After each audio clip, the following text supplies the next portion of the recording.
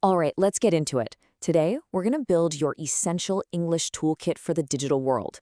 I mean, we're talking about the exact words you need to really navigate all this tech with total confidence. So, let me ask you this. Do you ever feel like you're missing the right words when you're talking about technology and English? From your phone to your laptop, or when you hear about cybersecurity and AI? Well, this whole digital world, it kind of runs on its own special vocabulary. And having those words, it's not just useful, it's absolutely essential.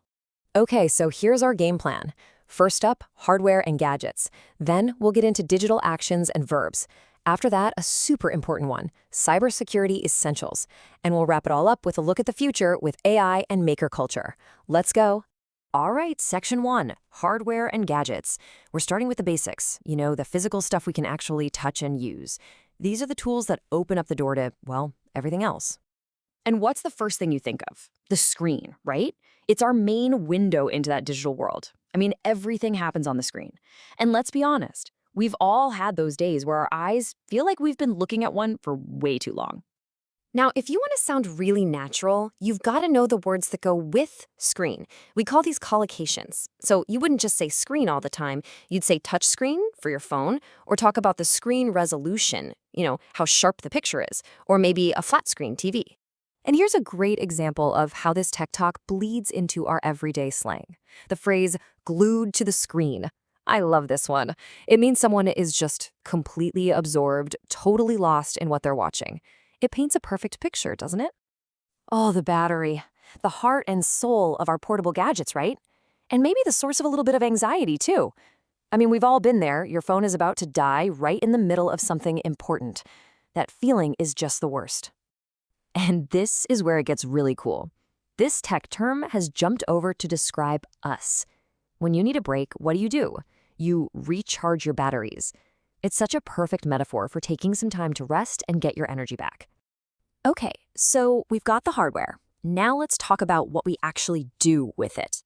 This next section is all about the actions, the verbs that make technology work for us. All right, two of the big ones, to upload and to download. They're total opposites. When you upload something, you're sending it from your computer to the internet, like a photo to social media. And when you download something, you're pulling it from the internet to your computer, like a movie or a file. And here's another pair of opposites that are super straightforward. You plug in your phone to charge it, and when it's full, you unplug it. Simple as that, connecting and disconnecting from power. But check this out. That simple action gives us a really powerful idiom, to pull the plug. This means stopping something completely, usually a project that's failing. It's like you're cutting off its power source, its life support. It's a very final thing to do.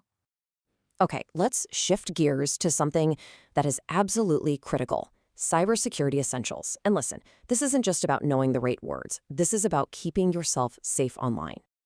And where does safety start? With your password. It's your digital front door lock. And seriously, the advice you see here is key. Use a strong password. Mix it up with numbers and symbols. Don't make it easy for anyone trying to get in. So what are we trying to avoid? A scam. That's just a fancy word for an online trick or a fraud.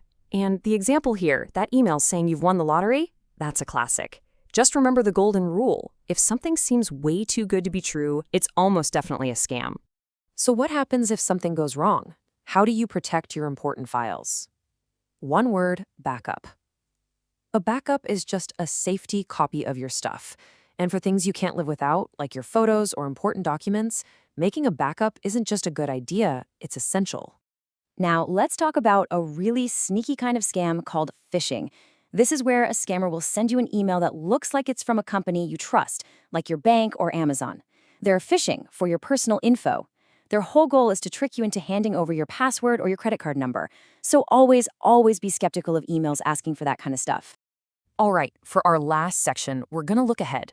To the future, really. We're talking about the words you need for creation, for innovation, for things like artificial intelligence and the whole maker culture. So AI, artificial intelligence, it's a term that's thrown around everywhere these days. But what is it really? Well, simply put, it's about teaching machines to learn and solve problems on their own. Think about real-time language translation. That's AI at work. It's pretty incredible when you think about it. And even though AI can sound super complicated, we have a perfect English idiom for things that aren't as difficult as they seem. We say it's not rocket science. So if you're trying to help a friend with a new app, you could say, "Don't worry, you'll get it. It's not rocket science." So how do you talk to an AI? You give it a prompt. A prompt is just your instruction, and getting good at it is a real skill. It's like a back and forth conversation. You have to be clear about your goal, give it a specific instruction, that's the prompt, see what it comes up with, and then tweak your prompt to get it even better. It's a process. Now, in the world of inventors and creators, the word prototype is king. What is it? It's your first working model. It's the thing you build to see if your crazy idea actually works. So before a company makes thousands of new drones, you can bet they built a prototype first to test it out. And what if that prototype, what if it crashes and burns? It happens. That's when you have to go back to the drawing board. This fantastic idiom just means, okay, that didn't work. Let's start over from scratch. And honestly, that's where all the real innovation happens. So there you have it. We've gone from the hardware in your hand to the verbs you use, from staying safe online all the way to the future of AI. You now have that core vocabulary, that essential toolkit. So the only real question left is, what are you going to build, create, or say with it?